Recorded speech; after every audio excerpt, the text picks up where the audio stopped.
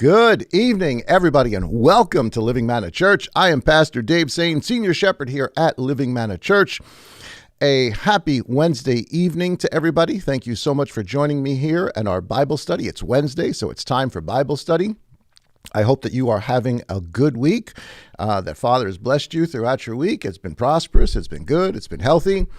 I know a lot of stuff going on at this time of year, of course, we're all aware. And I'm just grateful that you took the time tonight to hang out with me and to open up Father's Word. So with that, let's open up with a word of prayer. Got a lot of stuff to go over tonight. We'll jump right into it. Father, give us eyes to see, ears to hear, and a heart that's willing to obey. In Yeshua's name, amen and amen. All right, guys. So again, thank you so much for hanging out with me tonight. I sincerely appreciate it. We are in actually part 2 or part B, whichever way you want to say it, of a study that we started this past Wednesday, which is called The Vine Dresser. This is going to be the second part of it. I don't know if there's going to be a third part or not, but got some interesting things that I think I got some things I hope that you'll find interesting tonight. I do want to just give a shout out and a prayer to all of those that are still dealing with sicknesses and the virus and flus and et cetera. We're praying for you. Hopefully you'll beat it soon and be back to health, and all of those people certainly around our country, around the whole nation that dealt with this freeze that we just had, and all of the horrible things that happened with that. For all of our brethren, wherever you are, we are praying Yah's protection for you. Keep those people in prayer, if you would. Don't forget to download our new app. We just put it out. We just updated it. If you have the existing LMC app, all you have to do is update it. If you've never downloaded the LMC app, go to the Google Play Store or your App Store. You can download it for free. You'll be kept up to date in everything that we do. It's a brand new app, brand new features, including our own chat room inside of it, which I hope you guys are using. Be part of it. It's called Manna Eaters 2.0. We share recipes, but not just really recipes. We share, testimonies. It's a time of fun. It's a time of fellowship. We also have a praise and prayer chat. So if you have a prayer request at any time, if you have a prayer request, just go right on to the app. You can download your prayer request or your praise report, and we'll get it right away. And so will everybody else that is part of the app. It'll go right out. So it's a great way, if you've got a prayer, of getting it right out there so that Yah's people are praying for it. Whole bunch of different features, as well as a brand new website.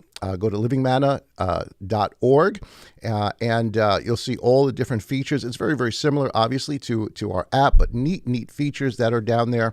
We've got some more things coming soon, but we hope that you enjoy it. Let us know what you think about the new app. Let us know what you think about the new chat. For everybody that's on Telegram with us, this will be our last week of Telegram. As of this upcoming Sunday, we're going to be removing our Telegram, the LM Telegram app, and moving everything over to the LMC app. So please, make sure you download that, be part of the conversation, be part of what we do. We really want to try to make this much more of a community thing, of not just getting together on the weekends, when we have actual fellowship, and obviously here on Wednesday night, but throughout the week, to be able to talk with each other, to share, and just to keep in touch with one another. So I strongly would encourage, please download the app. Check out our new website. We appreciate it. You can fix and deal with all of the giving stuff that's on there, because obviously we're at the end of the year and all of that kind of stuff goes on. We appreciate all your support throughout the year. Thank you very, very much for all of your faithful support. It allows us to continue to do what we do. Again, you can do that right through the app. There's a giving page right on there. Right through the website, there's a giving page on there. But thank you so very much. It's been a tough year for all of us. It's been a hard year for all of us. And as a new secular year comes upon us, I certainly do ask for Yah's blessing upon you, upon your family, and certainly upon LMC, and that Father would allow us to continue to do what we do. So, all right, with all of that, get the commercials out of the way. Tonight's, here we go. Let me pop this up here. Excuse me, guys. Still have a little bit of that cold left, but tonight's study is called Which Tree? Again, it's part 2, and this will probably be the last part, even though there's tons and tons of stuff to talk about. I want to get back to the main theme of In the Beginning, but I thought for a couple of weeks we'd just kind of, go off on a little bit of a tangent. But tonight's title is called Which Tree? Which Tree?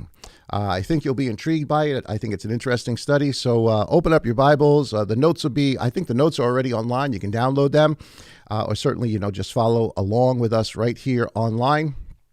And let's just jump right into this. So if you haven't watched this weekend's message, absolutely watch this weekend's message, because it will give you the introduction, really the foundation, the groundwork for understanding what we're talking about today. So I'm not going to do a whole bunch of review. So definitely check out the previous message, but we got a lot of neat stuff to talk about for tonight.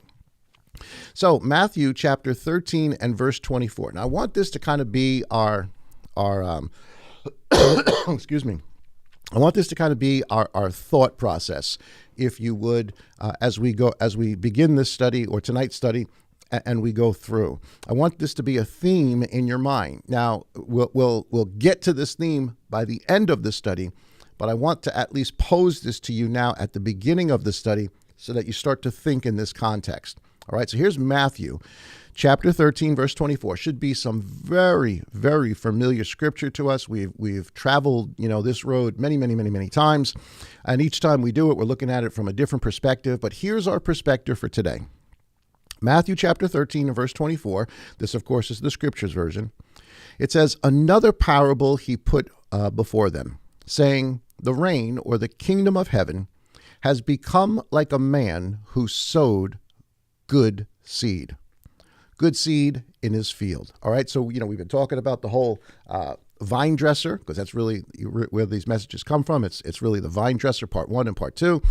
Today, the 2 seeds, but the vine dresser, right? Which one? Which tree? The vine dresser. This is about agriculture.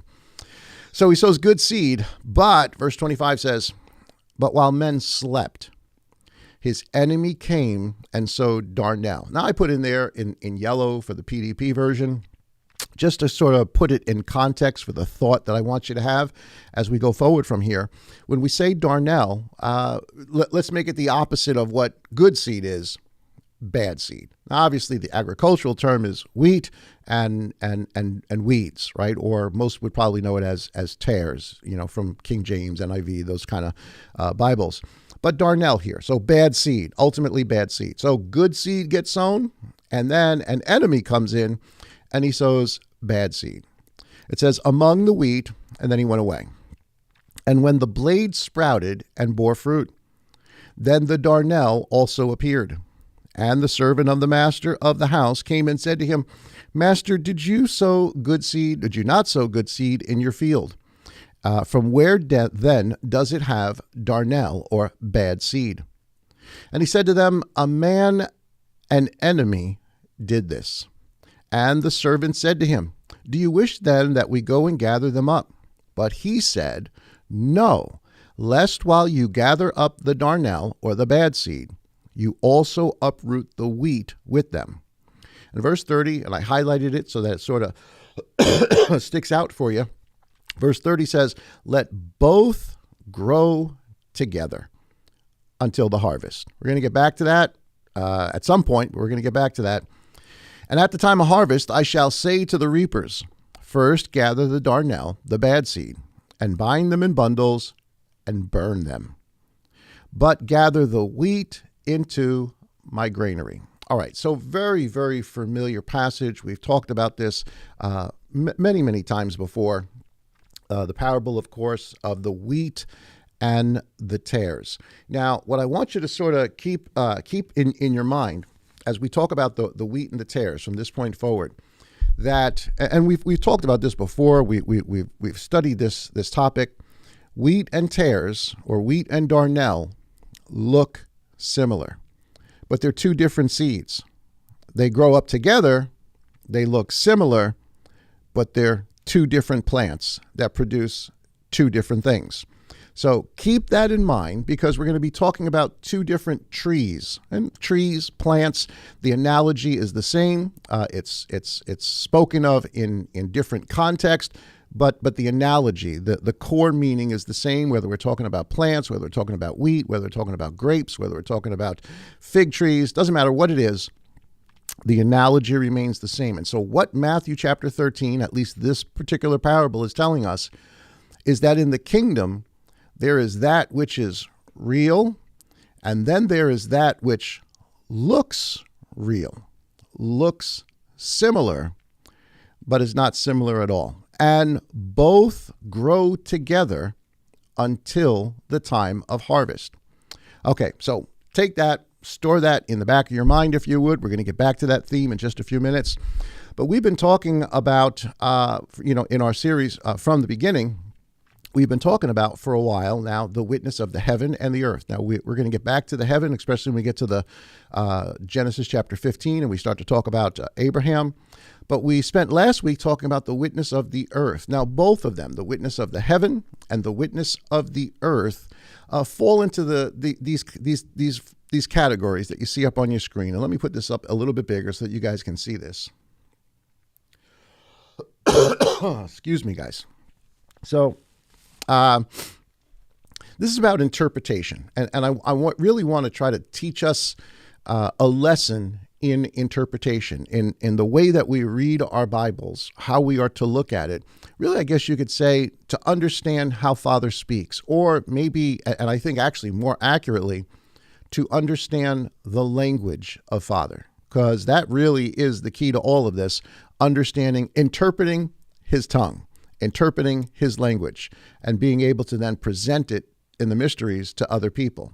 So we talked about the Mazzaroth, right? That's the stars that are in the sky. And when it comes to interpretation, here's just a couple of guidelines. This is not exhaustive, but it's enough to at least get us through for where we are right now. The Mazzaroth, of course, is the stars, the sun, the moon, the stars, everything up in the heavens. And we've already established that they are for signs. They foretell something. They are a message in the sky. They are symbols. They are pictures for a whole lot of different reasons, but for our sake for tonight, prophetically, they are signs. They foretell. They're symbols. They're pictures. They foretell a story, of course, the story of the good man written in the stars. And we got a lot more to say about that. That's a whole other study in itself. We're going to get there eventually. But the Mazzaroth tells us the story of the good man in signs and pictures and stories as written in the heavens. The earth, which is really kind of the focus of what we've been talking about this past weekend and right now, and by earth we mean the plants, the trees, the animals, the birds, etc., etc., etc., they also are a witness, and they also are used as symbols, as pictures. But what's a little bit different with the earth than the Mazzaroth, the Mazzaroth already foretells the story, right? It's the story's already written out there. The earth tells the story as it unfolds. As it's happening, there are things to look at the earth that will help you to understand what's actually happening. But both of them are telling us the story, or telling us the story as it unfolds, the Mazzaroth and the earth, the story of the good man to come. Now, the third witness, and obviously we talk about this extensively, it's what we're reading, the Bible, the Torah, the prophets, the Gospels, all of what we call the Word of God. That these are the words of the prophets, but ultimately they are the words from Father to the prophets. And they contain all of the symbols that we'll see in the Mazzaroth. They will contain all of the symbols and the story that is unfolding that we see in the earth. And so it kind of combines both of the witnesses, but the reason it combines both of the witnesses is to record and to explain, and also to let us know what's coming, but to record and to explain the ongoing story as it was happening in real time. So as the prophets are writing it, they're understanding the Mazzaroth, they're understanding the earth, they're living out a story, and they're writing the history down as it's happening. and of course telling us things that are to come. But all of it is about the story of the good man. And we have to look at it as such. So it has a meaning, but it also has a bigger meaning to it. And really, that's the key to interpreting just about everything in the scripture. There is a real physical, plain meaning to it, the plain meaning of the text. And then there is that spiritual, that real application, the thing Father was really trying to get us to understand. And we're going to see that tonight as we go through some of this study. All right, so with that out of the way, excuse me, the witness of the earth. Okay, we started this past week, so again, this should be fresh, hopefully fresh in everybody's mind. Matthew chapter 21 and verse 33, again, familiar. It says, "Hear another parable. There was a certain man, a household." This is a different parable from the one that we started off with, which shows us two different seeds, really. One evil seed, one good seed. But here's another parable. There was a certain man, and the man is the vine dresser, really the topic of what we've been talking about, a householder who planted a vineyard and placed a hedge around it and dug a wine press in it and built a watchtower, and he leased it to farmers and went abroad. Here's the story of the earth, right? The earth, the real story of what a real farmer would do and the processes that he would go through while they are really of the earth are also telling us the unfolding story of the house of Israel, or really the entire Bible, but in particular the house of Israel. So when it says there's a man, it means father. Father is the vine dresser. In this particular parable, the parable of the vineyard. And he plants a vineyard. The vineyard is the house of Israel, starting with the seed. We'll get into that in just a second. He puts a hedge around it, the city of Jerusalem, and its walls become the hedge around this vineyard. So Father explains this to us in the context of agriculture, in the context of the earth here, in the context of plants and animals and birds and all the rest of that. But he puts a hedge around it. That is the walls of Jerusalem. And then he dug a wine press in it. The wine press is representative of the altar, the place where all of the wine is crushed, the place where all of the animals would be slaughtered as sacrifice before Father. That's the wine press. And he built a watchtower. That is the temple. That is the place where Father is, where the presence of Yah would be. So again, we're looking at, real agricultural terms, but they mean something much, much bigger. And they mean something even bigger beyond what I just shared with you just a second ago. And of course, he leased it to farmers. The farmers are the house of Israel, the priests, the scribes, the people in leadership, the kings, the prophets, the fivefold ministry. Because guys, the fivefold ministry was here way, way, way, way before Yeshua came. Fivefold ministry has been here a long, long time. But at any rate, another message for another day. So he leases it out and he goes abroad. So we've talked about this parable many, many, many, many times. Of course, when you go through the parable, eventually he has to send his son because they give no fruit. But I just use this just to remind you that this story is an agricultural story, or this is a story of the earth. Isaiah chapter 5, verse 7, to see that Messiah is not just, making this stuff up. This is what Father has been saying all the way through history as it has unfolded in the written word, as they are telling the story in real time as it's happening, using, again, agricultural terms.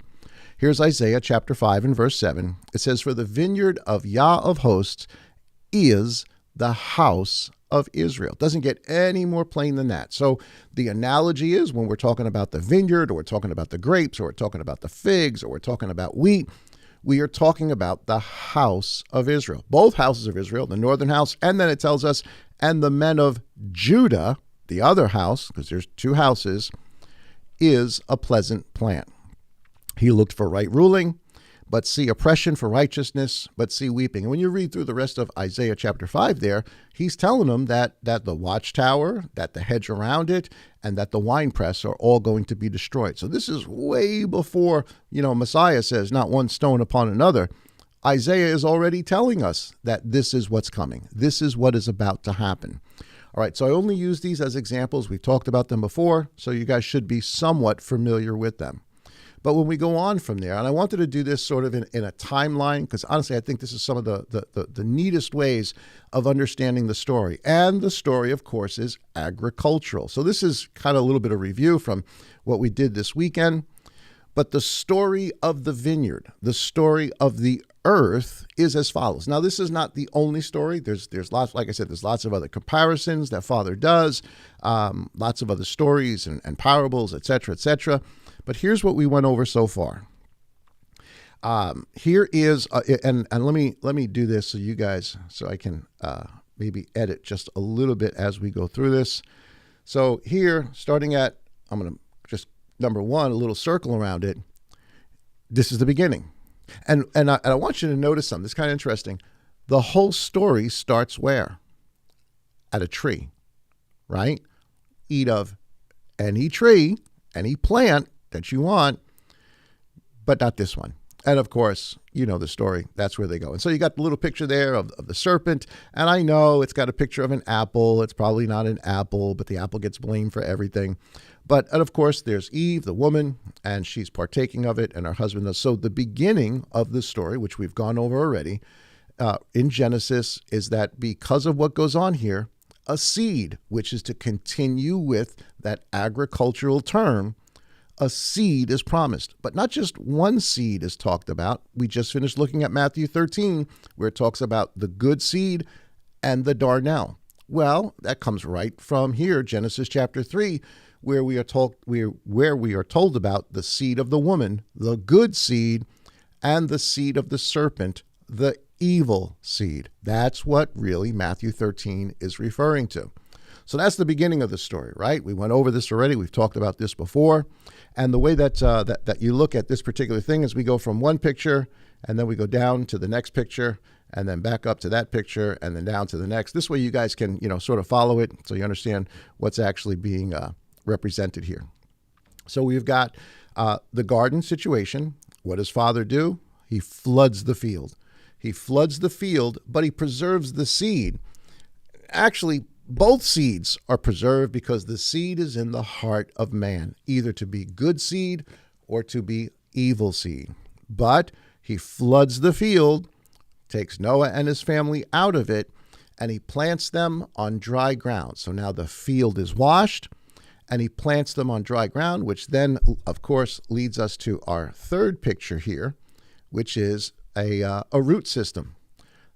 He plants the seed again. The seed is synonymous with a promise.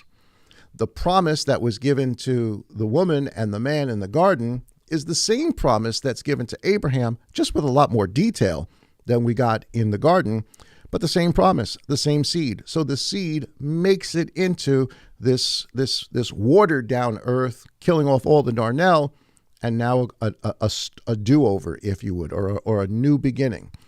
That seed is Abraham. Abraham receives the seed. He believes what Father says to him. And again, we'll talk more about this when we get to Genesis chapter 15. It's a wonderful, wonderful story. But when Abraham believes what Father said, the seed begins to grow. That seed then begins to form a plant. And of course, I'm just circling it there for you guys to see. The plant, and in this particular case, as far as the pictures that I'm showing you, I'm going to go with a fig tree. Even though, like I said, sometimes it's figs, sometimes it's grapes, sometimes it's wheat, it's barley. It could be all sorts of different plants, but they all tell the similar story. But for our study for tonight, let's stick with figs. Figs or grapes, all right?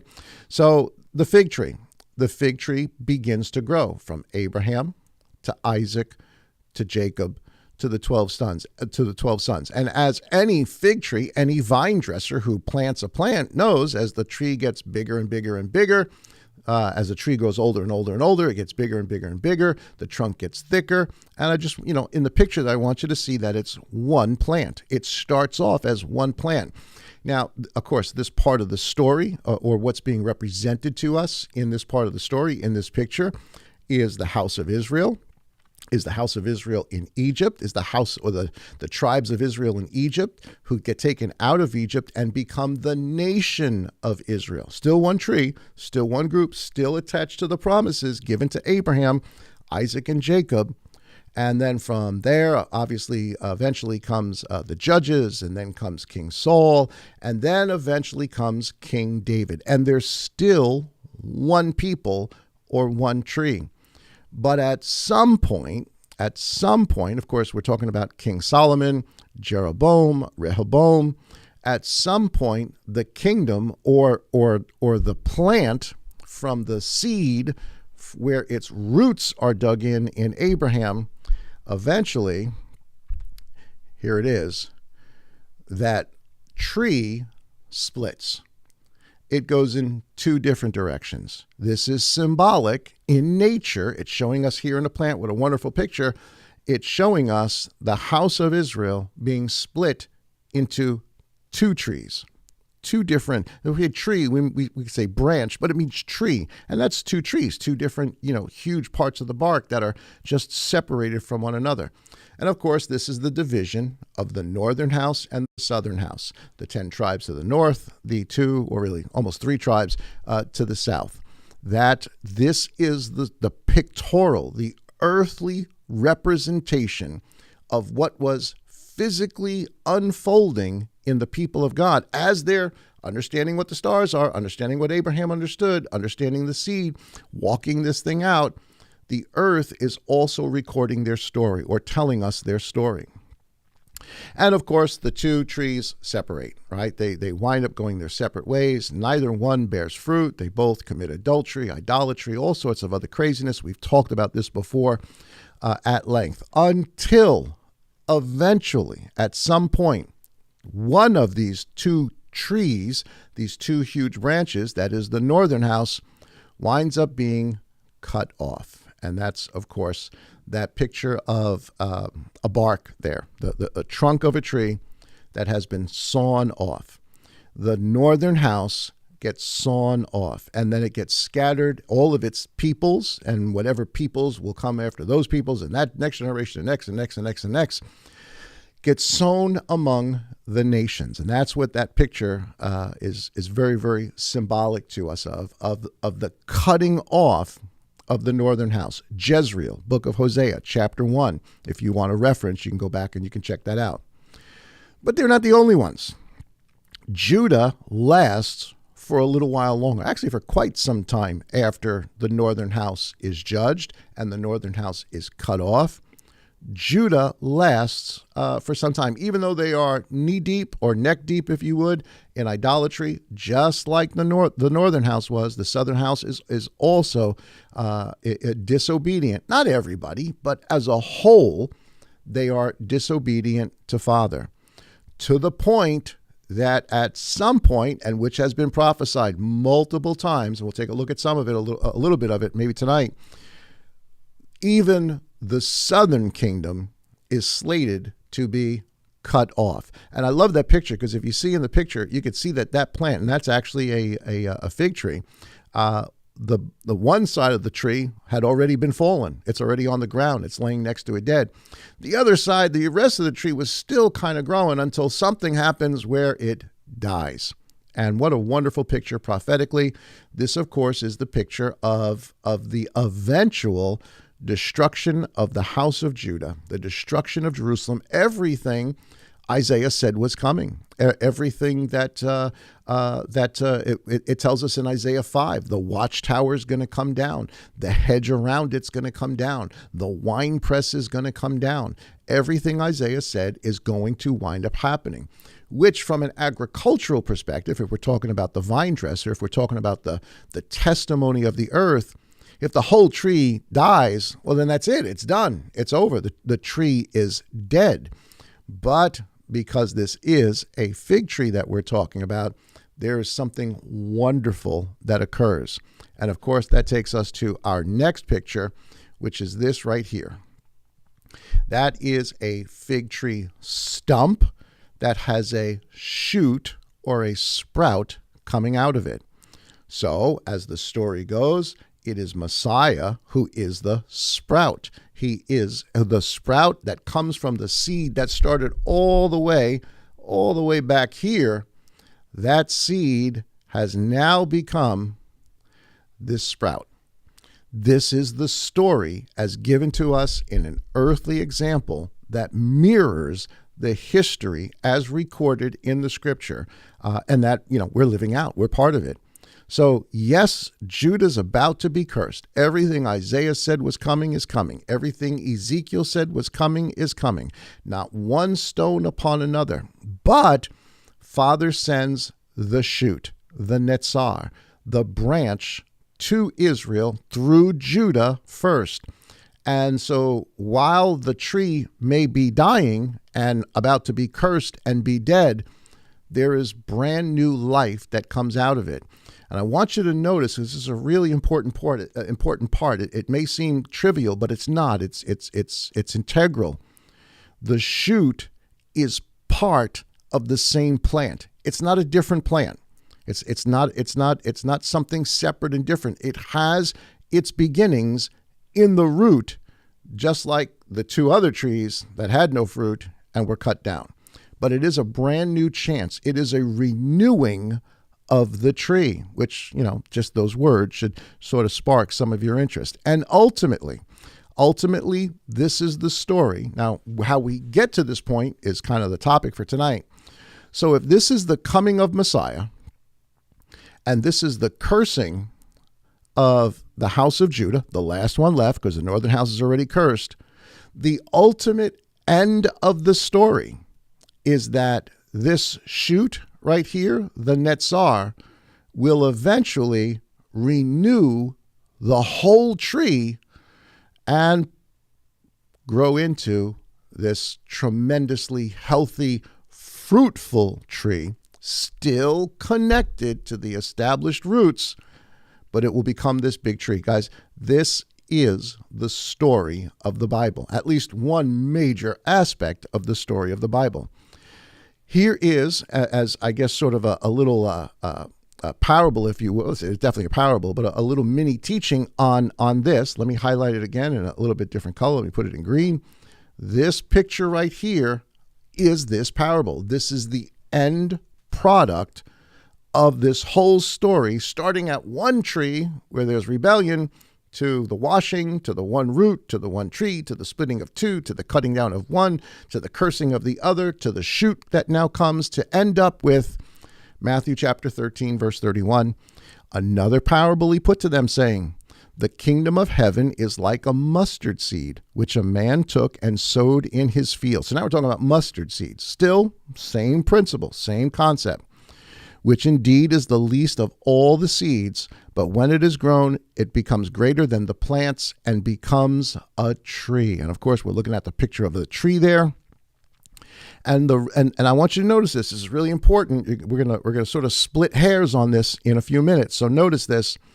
In this tree, the birds of the heavens come and dwell in its branches. Now, birds of the heavens is, I believe, a reference to the sons of God. It is a reference to the people of God, that they come and they dwell in this tree. Now, we're going to contrast this with something else a little bit later, so really, really pay attention to that. So that's the story, right? That's the outline, if you would, or the timeline, if you would, in agricultural terms, according to the testimony of the earth. All right. So again, just a little bit of review for some, but hopefully it gets you on track for where we need to be today. All right. So here we go. So to get from the seed as given in Genesis 3, as given to Abraham, who is the root, to then get to the tree, a lot of things have to happen. Here is John chapter 8, verse 33, so that you can understand the seed, the root here, the core of all of this is in fact Abraham. That's how the story is told. That's the analogy that's being told.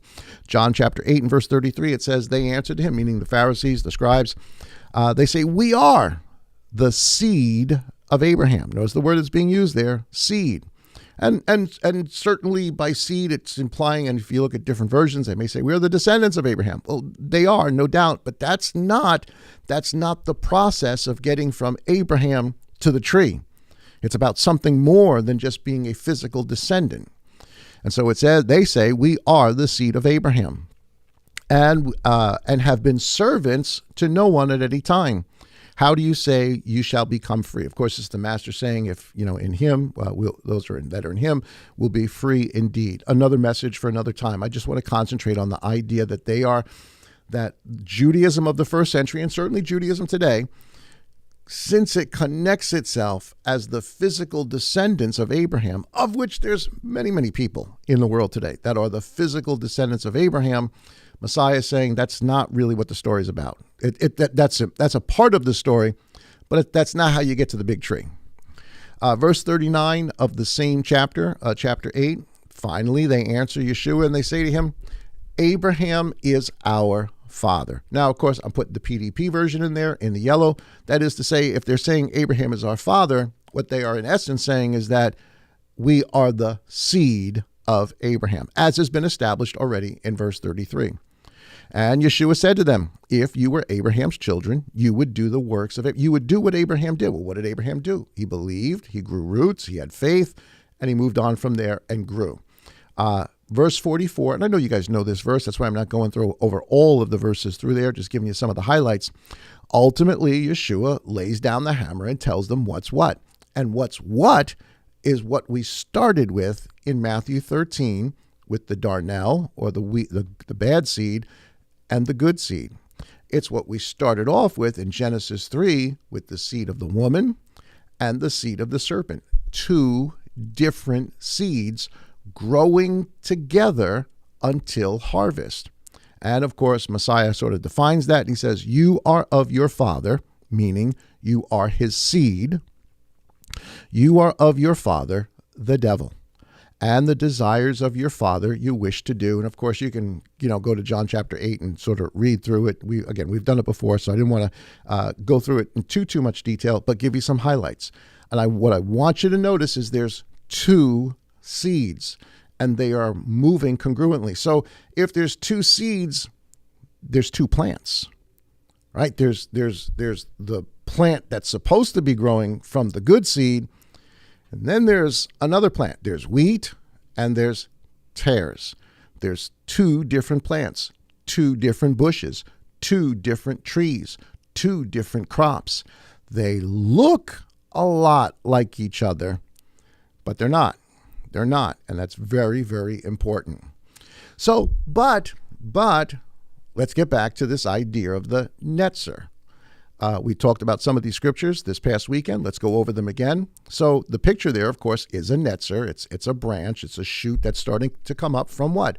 From a stump. Isaiah chapter 11 and verse 1, it says, and a rod. Now that's number 2415 in your Strong's Concordance. H2415 is the word koter, and it means a living shoot. And so what you're looking at there is a living shoot. You're looking at a koter.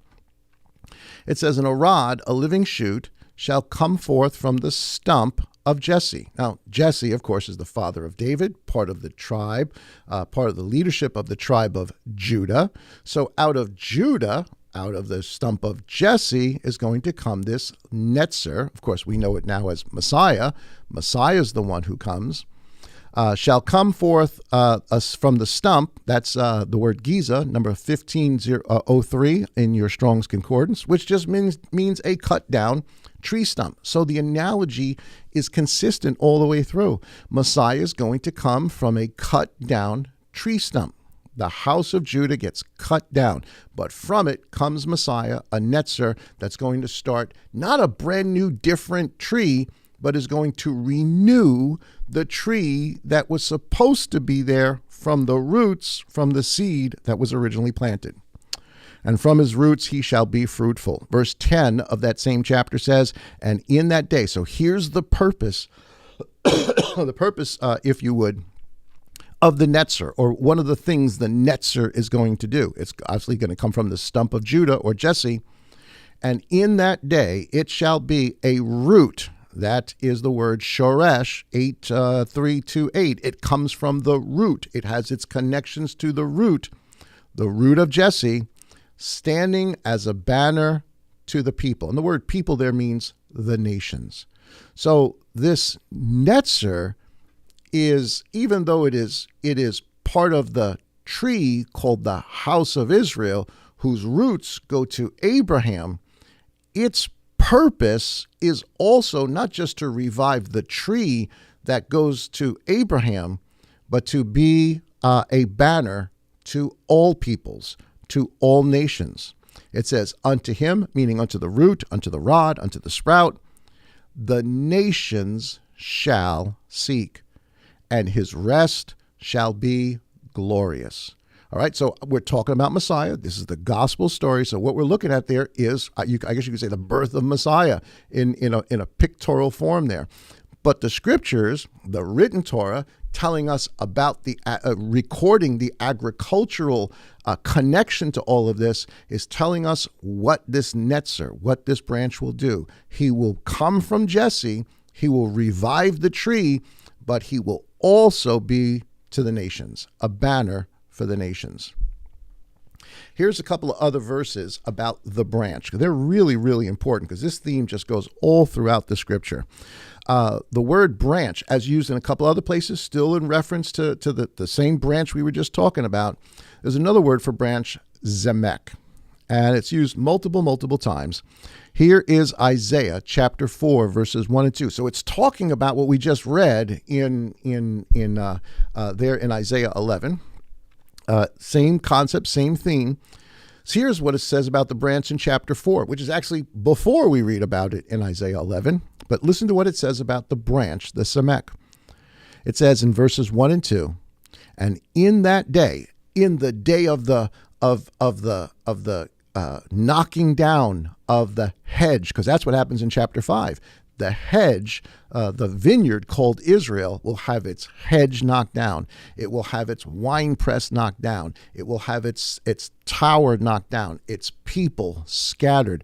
So in that day is what it's telling us. In that day, when those things happen, 7 women shall take hold of one man, saying, we shall eat our own food and wear our own clothes. Only let us be called by your name and take away our reproach.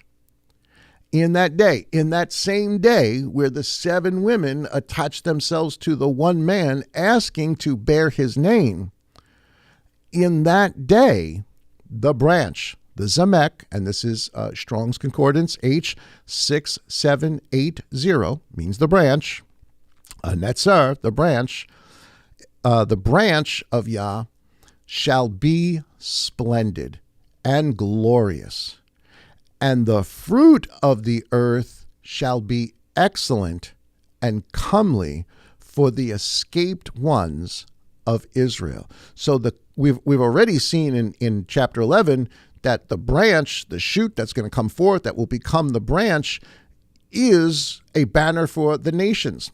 But we're also finding out it is also for the escaped of the house of Israel. The 2 houses, we'll find out, and that these 7 women will attach themselves to this one to be called his name.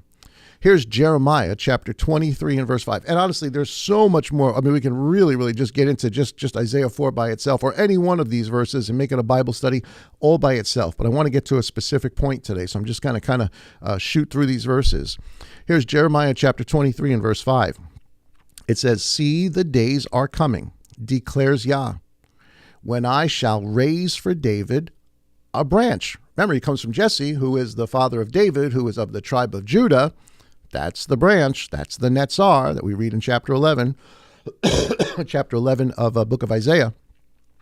So it says, see, the days are coming, declares Yah, that I will raise for David a branch, this again, number 6780, a branch of righteousness, and a king shall reign and act wisely, and shall do right ruling and righteousness in the earth. We're talking about Messiah. He is the Netzer.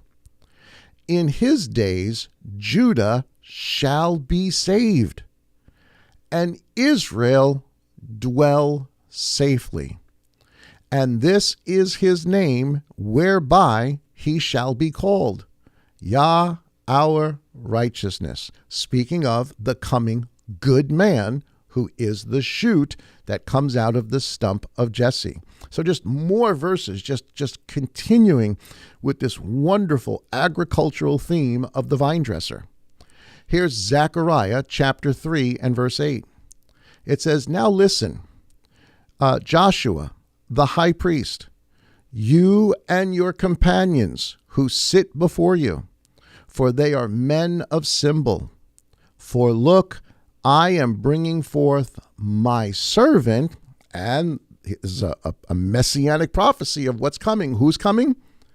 The branch. Again, we can spend, just an hour in Zechariah. Maybe one day we'll just do a study in the book of Zechariah.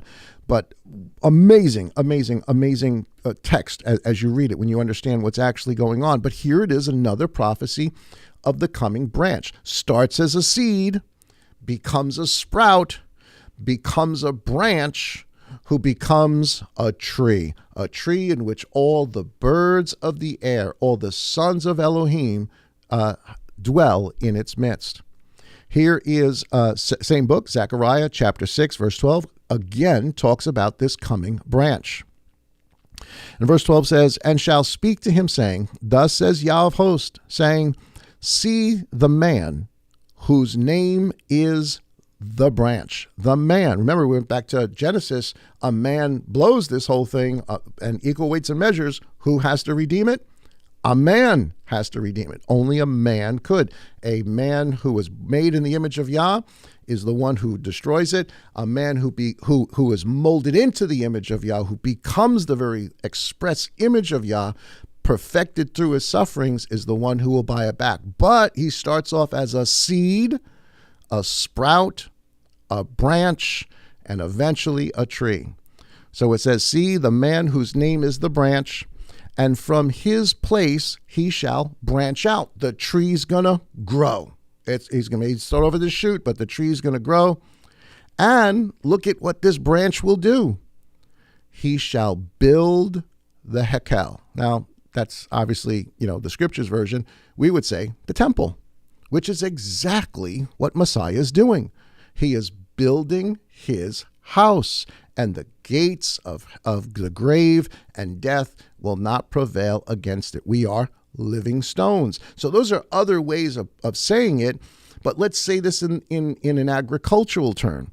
If he's going to build his house, what is the picture of the house? It is a tree so big that the birds of the air dwell in it. That becomes a small picture, an agricultural picture of what this verse is trying to tell us and what Messiah is doing now. Father speaks to us in the witness of the earth, and he speaks to us in the witness of the heavens, and he explains it to us in the witness of the written Torah, opening up our eyes and our understanding to be able to see it. So those are just some of the verses that sort of continue with that theme of the branch. By now, and I hope everybody kind of figures this out, Messiah is the branch. He is the seed promised to in the garden. He is the roots given to Abraham. He is the sprout given to the stump of Jesse, who becomes a branch, and then somehow, and here's sort of the from that becomes this tree. Well, Messiah tells us of something very, very similar, because it's not very similar. It is what Messiah was talking about, or what Isaiah was prophesying, because Yeshua quotes these verses. This is Isaiah chapter 61, verse 1. Remember when the master starts his ministry, Luke chapter 4, Matthew chapter 4, goes to the synagogue and says, he quotes Isaiah chapter 61, 1, where it says, the Spirit of the Master Yah is upon me, because he has anointed me to bring good news to the meek. He has sent me to bind up the brokenhearted, to proclaim release to the captives, and the opening of the prison to those who are bound, to proclaim the acceptable year of Yah, and the day of vengeance of our Elohim, to comfort all who mourn, to appoint unto those who mourn in Zion, to give them embellishment for ashes, or joy for ashes, the oil of joy for mourning, the garment of praise for the spirit of heaviness. So this is describing what the ministry of the sprout to become the branch, to become the tree, is going to do. And look at, now, of course, we're familiar with this because we know Messiah says this, but look at what the process of the branch, what it's going to produce in us. And those whom he calls, those of both the house of Israel, the house of Judah, and we're going to find out of the peoples, and they shall be called the trees of righteousness, a planting of Yah, to be adorned. Can you see how this is consistent all the way through the book? Verse 9, and their seed shall be known among the nations. This is going to spread out across the world. That's the intent of this. And their offspring in the midst of the peoples, in the midst of the nations. All who see them shall acknowledge them, that they are the seed of Yah. That they are the seed of Yah that he has blessed. So wonderful analogy. It's consistent all the way through. The seed, the tree, the trees of righteousness, coming from the seed to the roots, from the roots to the two stumps, to the one cut off, to the one that remains, then gets cut off, and the netzer comes. What a wonderful, wonderful, and amazing story this truly is. So, but the question is, how do we go from sprout, right, from a netzer to a tree, from a stump? I mean, just from an agricultural perspective. But remember, the agricultural perspective is just to teach us the story, for us to understand the story in its much, much bigger context. So how do we get from, the one picture there? How do we get from this picture to this picture?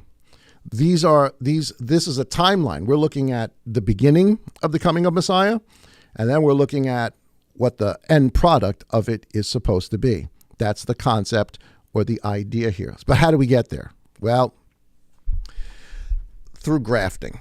Again, we're going to continue with the agricultural theme, the vine dresser.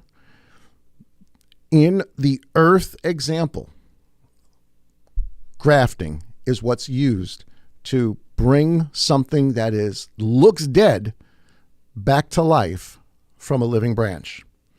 This is really what the whole book of Romans is about. But here's Romans chapter 11, verse 11.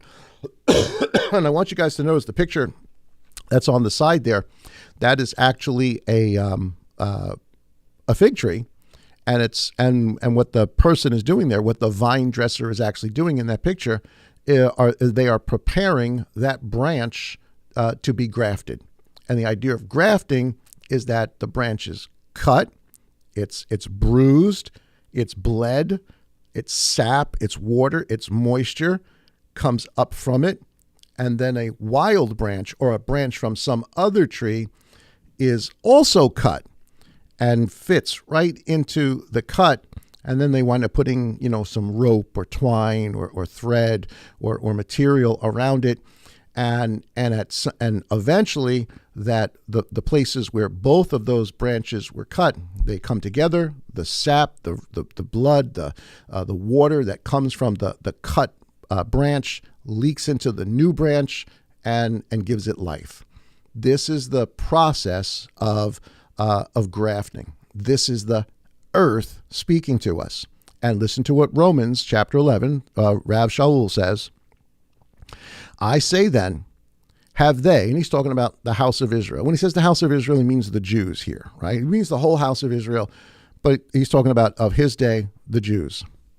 Have they, Israel, stumbled that they should fall? Now, what he means by that, when he says, have they stumbled? Yes, they did stumble, and yes, they stumbled to fall. But what he's implying here is their stumbling a forever thing? That's really the context here. He's saying, have they stumbled so horribly that's it, Father's done with them. No more, no más, nunca nel yet. Just get rid of them. No, absolutely not. Even though that has been the belief held by much of the religious world for most of the last 1,800 years until just recently.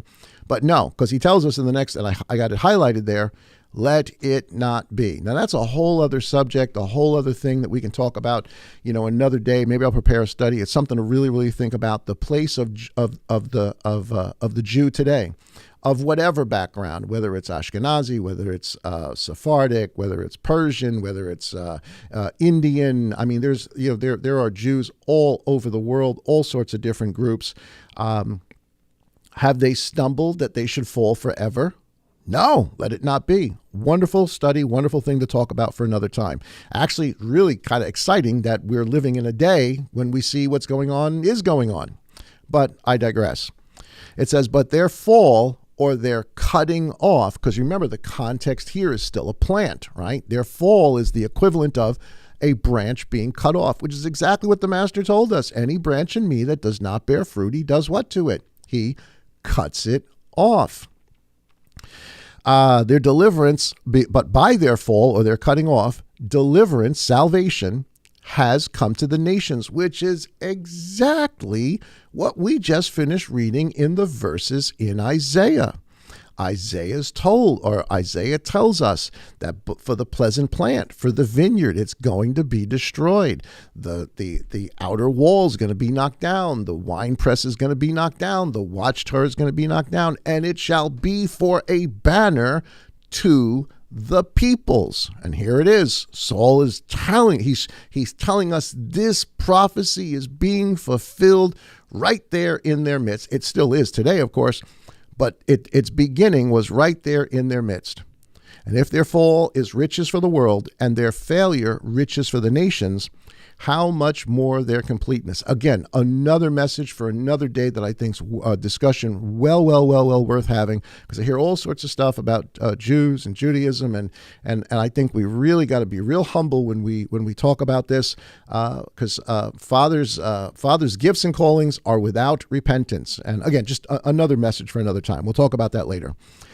Verse 13 says, "For I speak to you, the nations, inasmuch as I am an emissary to the nations, I glorify my service. If somehow I might provoke to jealousy those who are my flesh and save some of them." So he's kind of saying that, now that nations are starting to hear and worship the God of Abraham, Isaac, and Jacob. And this is a really important point. That's the God we worship. We worship the God of Abraham, Isaac, and Jacob. We worship the God of Moses. And so that's what he's saying. So he's saying when Israel starts to see the nations worshiping the God of Abraham, Isaac, and Jacob, it'll look familiar to them and cause jealousy, not jealousy that, to push them away, but jealousy to say, hey, that's my God. Yeah, I recognize that. That's the context of what's being said here, so that he could save some of his own flesh. Meaning the house of Israel, the Jews. Verse 15 says, "For if their casting away," again, cutting off, "is the restoration to favor of the world, what is their acceptance but life from the dead?" I think he's talking about resurrection here. Again, another message for another day. Verse 16, "Now if the first fruit is set apart, the lump is also." So this is a reference to the offering, setting apart your offering. And if the root, who's the root here? So in an offering, if the first fruit is set apart, if you set apart your lump of dough, your flour to give to the temple, and the whole thing is set apart, if all the flour is set apart, if you take a piece of dough away from it, it is still set apart. It's still part of the original set apart offering that was given. And he's saying, so he's using that analogy to say, and if the root, who's the root? Abraham, from the promise given in Genesis, but Abraham's the one in whom it gets planted and believed on and given to as righteousness. And if the root, the promise given to Abraham, is set apart, well, it is. It was holy. It was set apart. It is the eternal covenant. Then so are the branches. Well, if Abraham is the one that from whom is the root, from whom where the seed matures, then all of the branches, including the netzer right here, is holy. And if some of the branches were broken off, so again, he's given us that agricultural thing, the branches didn't bear fruit. And the master's already told us what happens to that. They were broken off. The northern house was way, way, way before this, and now Judah is. But not all, but a good portion. It said, and if some of the branches were broken off, and you, meaning to the nations, being a wild olive tree, another type of olive tree, not the cultivated one that came from the seed, have been grafted in among them. Another really important part. I don't even know if we have time to really develop it. Again, but it really just goes back to the whole idea of the root. We're not a new tree. We're not a separate tree. We're not a tree that does things differently. We are the same tree. We may understand things that were not fully understood before, but our God does not change. He is the same yesterday, today, and forever. We worship the God of Abraham, Isaac, and Jacob, have been grafted in among them, and came to share the root. Again, what's the root? The promise. The promise given to Abraham. That's what all of this is about. That's what we share with them. The root and the fatness. And I think the fatness would be symbolic of all the things Father has told the house of Israel from the time of Abraham, all the way through Moses, all the way through David, all the teachings of righteousness, all the instruction of what is good, what is bad, what is a curse, all of that is the fatness that comes out of the promise. He's saying we share in that. We're not separate from it. We don't reject it. We share in it. We understand it through the netzer now, but we share in it. We share in the fatness of the olive tree. Romans, next verse 19 says, you shall say then that branches were broken off that I might be grafted in. Good. Well, that's absolutely true. How does it get from a branch that's a netzer to a tree? Other branches have to be grafted into it. The process of cutting and grafting in. Good. By unbelief or faithlessness, they were broken off. And it's important that we understand what being unfaithful means. The person who is unfaithful is, yes, because they do not believe the promise, but because they do not believe the promise, they do not obey. They do not do what was asked of them. So that's a really important definition we've got to have here, because it doesn't just mean, they didn't believe. No, they had an understanding. They had an idea. They didn't follow the Torah. They didn't believe the Torah. They changed the Torah. They added to the Torah. They did all sorts of different things. So because of their unbelief expressed in their disobedience, they were broken off. I know it's a little bit of the PDP version there, but I hope that clarifies it for you. And you and I stand by faith. Well, if we stand by faith, we must also then be faithful. Do not be arrogant, but fear. For if Elohim did not spare, what a warning. Again, agricultural, the vine dresser's telling us, for if Elohim did not spare the natural branches, and he did not. Now we say branches, but it means trees. The northern house, tree, nation was cut down. The southern house, tree, branch was cut down. For if Elohim did not spare the natural branches, he might not spare you either. See then the kindness and the sharpness or severity of Elohim. On those who fell, sharpness, severity. Boy, we ought to really take that to heart. But toward you, kindness, if you continue in his kindness. Otherwise, and here it is, boy, this should really sort of wake us up. You also shall be cut off. What a warning that we have just totally ignored for such a long time. Verse 23, and they also, if they do not continue, meaning Israel, meaning Judah, meaning the northern house, and they also, if they do not continue in unbelief, continue in disobedience, begin to understand, they shall be grafted back in. For Elohim is able to graft them in again. So this grafting process not only is done with wild branches, the nations, the peoples, but it can be done to the house of Israel, to the Jew, to the northern house, to the southern house. anyone could be grafted into the renewed netzer, whose roots go down to the seed, who go down to to Abraham. Anybody can be grafted back in, but it's still the same tree. It's still the house of Israel. Be grafted in there. Let me read it again. Verse 24. For if you were cut out of the olive tree, which is wild by nature, and were grafted contrary to the nature into the good olive tree, meaning the house of Israel, who knew the things of Yah, who had the promises, who had the instructions in righteousness, how much more shall these who are natural branches, Jews who understand, who have the concepts, who believe in Moses, who are trying to do righteousness, but they don't understand the promise, nor do they understand who the branch is. We're far, far removed from that time now, from when this was written. A lot has gone on in history that, we just can't cover in 30 seconds, but a lot has gone on, some of it distinctive because of the nations who did not portray the truth. Instead of making Israel jealous, they made Israel pissed off. Again, another message, another day. Be grafted into their own olive tree. Verse 25, for I do not wish you to be ignorant of this secret, brethren, lest you should be wise in your own estimation, that the hardening in part has come over the house of Israel, until the completeness of the nations has come in, which is exactly what Isaiah has told us. A banner will be lifted up for the nations from the branch, the one who is the shoot from Jesse. The nations has come in, verse 26. And so the idea of all of this, all Israel will be saved. Well, who's all Israel? Everyone who is grafted into the Netzar. Everyone grafted into the branch is Israel. Either you are a natural branch, regrafted back in, or you are a wild branch, grafted back in. The original branches were cut off, but a shoot kept the tree alive. You are grafted, we are grafted into the house of Israel.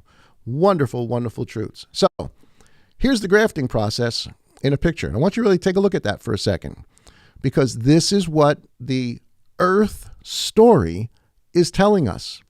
Because the grafting process is a cutting and a bruising and a bleeding and a suffering in order for both the natural branches and the wild branches to be connected to the tree. Here's Isaiah chapter 53, verse 5, which I think kind of exemplifies this. He was pierced for our transgressions. He was crushed for our crookedness. The chastisement of our peace was upon him, and by his stripes, his cuts, we are healed. How? Because we are attached to it and we begin to grow nourishment from it, and we become part of the tree, other branches. What a wonderful, wonderful example that Father gives us in the very earth itself, in the nature. So what's the tree? This is kind of interesting, and I want to pose this to you. This is not. I'm not going to say this is absolute, but this is really, really interesting, and I think connects prophetically to many, many other things. So I've heard some really neat teachers out there, teachers that I think are good, have suggested that perhaps the tree upon which Messiah is crucified on, yes, it's a cross. I mean, the Romans kill him. There's no doubt about it, but that it may be connected to something else. And I'll share that with you in a second. But here's the question, the tree. Here's Galatians chapter 3, verse 13, and it's actually quoting Deuteronomy 21, verse 23. It says, Messiah has redeemed us from the curse of the Torah, having become a curse for us. For it has been written, cursed is everyone who hangs upon a tree. Now, when you go back to Deuteronomy, you find out if somebody does get is hung on a tree, their body's got to be taken down. That same day, it'll bring a curse upon the land. But the concept of what Paul is saying here in Galatians is that Messiah has come to redeem the house of Israel and, of course, the nations from the curse. and he uses Deuteronomy chapter 21, cursed is everybody who hangs on a tree. Now that just may mean wood, because that's what a tree is. It's wood. But I think there's some really, really interesting things here. In order, and what's the purpose of this? In order that the blessing of Abraham, the root, the one who is the root for whom the seed was given, in order that the blessings of Abraham might come upon the nations in Messiah Yeshua, to receive the promise of the Spirit through belief. And so you see on the one side there, it's obviously a tree. It's I don't know what type of tree that is. I'm just assuming. I didn't really look up what kind of tree it is. But if that is a fig tree, that's kind of neat. And you could see there's the wooden beam there that would be used to make the crossbars, and someone would be hung on there. Now, of course, on the other side of the picture, and let me just point this out so you guys can see it. Oh, I'm sorry, went ahead just a little bit. Here is an actual tree. And of course, this is what we see traditionally as proposed to us, given to us as in a pictorial form over the last 1900 years. All right. So, but he is bearing a curse upon the tree. Question is, what tree? What tree are we actually talking about here? Here is, again, Isaiah chapter 4, verses 1 through 2. Now, I'm proposing this to you. I want you to sort of just think deeper here for a second. Isaiah chapter 4, verses 1 through 2. And in that day, 7 women shall come and take hold of the man, saying, we shall eat our own food, wash our own clothes. Only let us be called by your name to take away our reproach. In that same day, the day that the hedge is taken down, the altar or the winepress is destroyed, the day that the watchtower is taken down, the temple, in that day, the branch, the Messiah, the Zemek of Yah shall be splendid and glorious. And the fruit of the earth that comes from this branch, how? From the chopped off branches being able to be grafted back in, and wild branches now being able to be grafted back in. The fruit of this tree, of this branch, shall be excellent and comely for the escaped ones of Israel. Now here's what's interesting, because if we start to connect the whole story together, we know in Ezekiel that it talks about 2 different trees and the way 2 trees are going to be made one and have one king among them. It's telling us the story of the Netzer. It's telling us the story of the grafting in, because that's the only way these 2 separated branches can come back together. And that's the picture that you see there. Let me just highlight this a little bit here. That is the picture that you see right here. I'm just encircling it. This is a picture of a book of Ezekiel, and he's holding the 2 trees. They're trees. They're separate trees, and they are one in his hand. And wonderfully, you see that they do this. It is a menorah. They are identifying the house of Israel. The symbol of the house of Israel is a tree. Israel is the tree. Messiah is the branch who comes, or say it maybe this way, is the one who dies for the curse that is upon these people or this tree. And what does Isaiah say? 7 women in this day will want to attach themselves to the branch and say, let us bear your name. Could this be what we are reading about in the book of Revelation? That it is Messiah, the true vine, who stands in the midst of a 7-branched candlestick. Go back to the Torah. It has to be out of one piece of gold, pounded out into the 7 branches. It's a tree with a stem and its branches. Is this the picture? Is this the picture? This is the picture of the house of Israel. the tree. So all of a sudden you start thinking about it in this context and, oh, wait a minute, this story is a little bit different than maybe we have heard before or are used to. He's standing in the midst of a tree, a 7-branched candlestick, making them all one. As Ezekiel says, he held the 2 branches and will make them one and make the one king, the son of David, king over them. Take a look at this. Could it be that this is what Zechariah is also talking about? How the one branch to come is going to take of the 2 trees that were separate and pour them into the Messiah, the Netzar, graft them in, have their oil come in to let the menorah light. Is that the picture that we see in Zechariah chapter 4 of the 2 olive trees having their oil light up the menorah? Messiah being the one in the midst of the 7-branch candlestick, another tree connected to the 2 other trees. Is this the story of the grafting in? Is this the story of the branch of the Zemek? Is this the story of the Netzer that we are looking here at in a pictorial form? Galatians chapter 3 verse 26 says, you are all sons of Elohim through belief in Messiah. For as many of us as were immersed into Messiah have put on Messiah. Doesn't matter where you come from, where you are. There is not Jew nor Greek. There is not slave nor free. There is not male or female, for you are all one in Messiah. From 2 different trees that wound up being cut off, but can now be grafted back in, and the wild branches all into a 7-branched candlestick. And if you are Messiah, or in Messiah, or of Messiah, then you are the seed. There it is, the seed. Who is the seed? Not in John 8, the necessarily physical descendants. It's the people who are connected to the promise through the branch,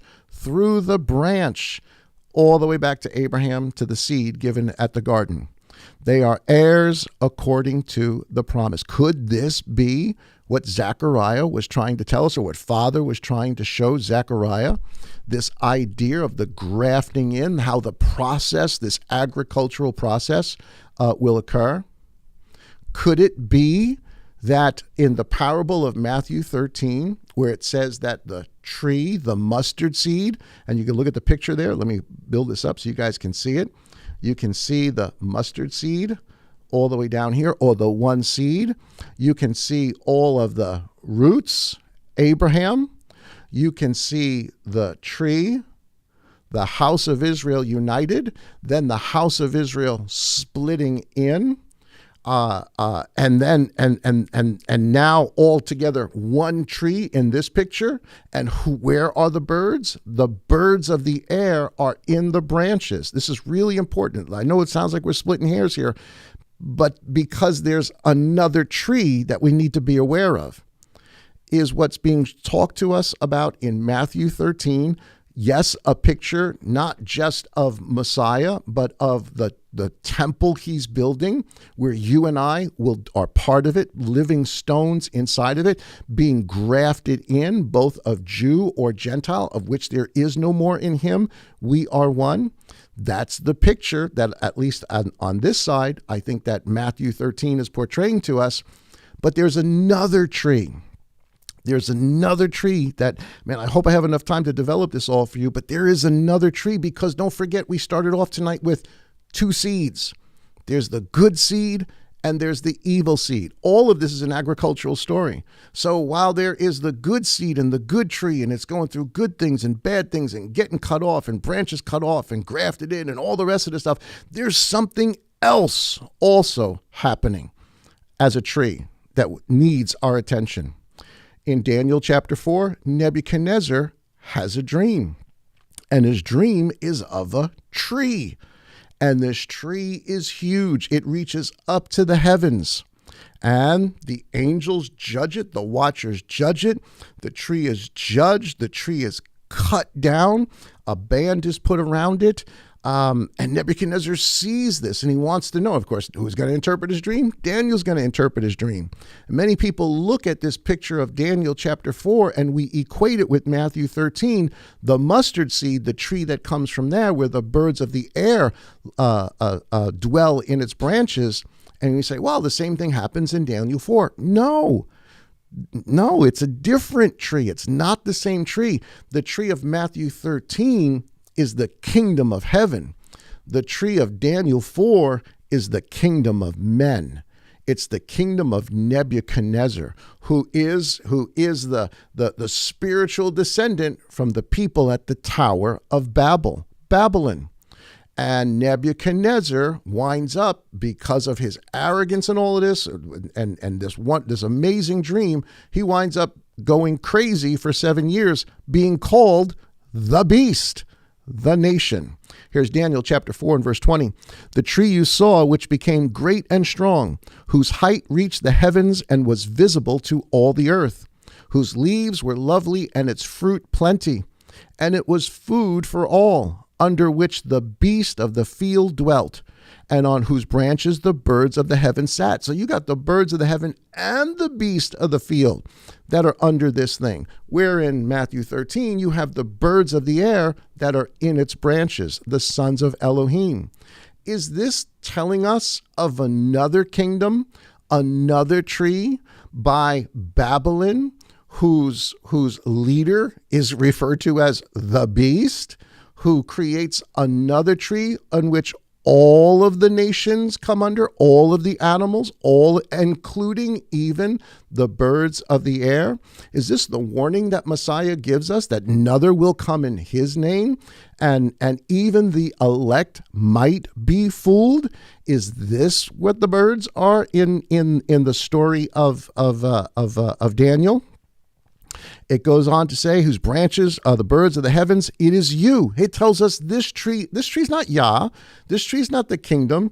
This tree is you, O sovereign, meaning Nebuchadnezzar, the king of Babylon, later to be called Mystery Babylon, the king of Babylon, the beast. For you have become great and strong. So it sounds real good, leaves and fruit and birds and animals, they're all coming under. But this is the kingdom of men, for which heaven will judge it. And your greatness has grown and has reached to the heavens, and your rulership to the ends of the earth. Could it very well be that just like there are two seeds, just like there is the wheat and there are the tares, that we are looking at two different kingdoms? One is the kingdom of Yah that starts off from the seed or the promise all the way back in the garden. The other one is a kingdom of men that reaches up to heaven, a false kingdom that the whole world falls for, that all the nations, all the beasts, and including many who are the birds of the heavens, come and flock and rest. And what happens to this tree in the dream of Nebuchadnezzar? It gets cut down, but it grows back. Is that what we are reading about in Revelation chapter 13 and verse 14? About the one who comes from the sea, Mystery Babylon, and he leads those astray, starting a new religion? He leads those astray, dwelling on the earth because of those signs which he was given to do before the beast, saying to those who dwell on the earth, all of the animals, all of the birds, all the beasts of the earth who are going to come to this other tree, not the same tree of the mustard seed, this other tree, and make an image to the beast who was wounded by the sword, just like Nebuchadnezzar was wounded, just like Nimrod was wounded, and yet comes back. And there was given to him. And what does Nebuchadnezzar do? He builds an image. And what does he tell the whole world to do? Bow down and worship to it. The story's being told over and over and over again. And there was given to him the spirit of the image of the beast, that the image of the beast should both speak and cause to be killed as many as would not worship the image of the beast. Guys, that is not the worship of Yah. You don't worship Yah at the end of a sword. That's never how it has worked. You worship Father out of love. But this beast forces many to worship it out of the tip of a sword. the threat of death, and causes to be killed as many as would not worship the image of the beast. And he causes all nations, all animals, all birds, all birds of the heaven, all beasts, creepy, crawly things, everything that you see in Nebuchadnezzar's dream. And he causes all, both small and great, rich and poor, free and slave, to be given a mark upon their right hand or upon the forehead. So the question I got to ask, because that's the question we posed in the beginning, which tree? Which tree are we supposed to be part of? Are we supposed to be part of the tree that has been grafted in, that extends into a 7-branched menorah?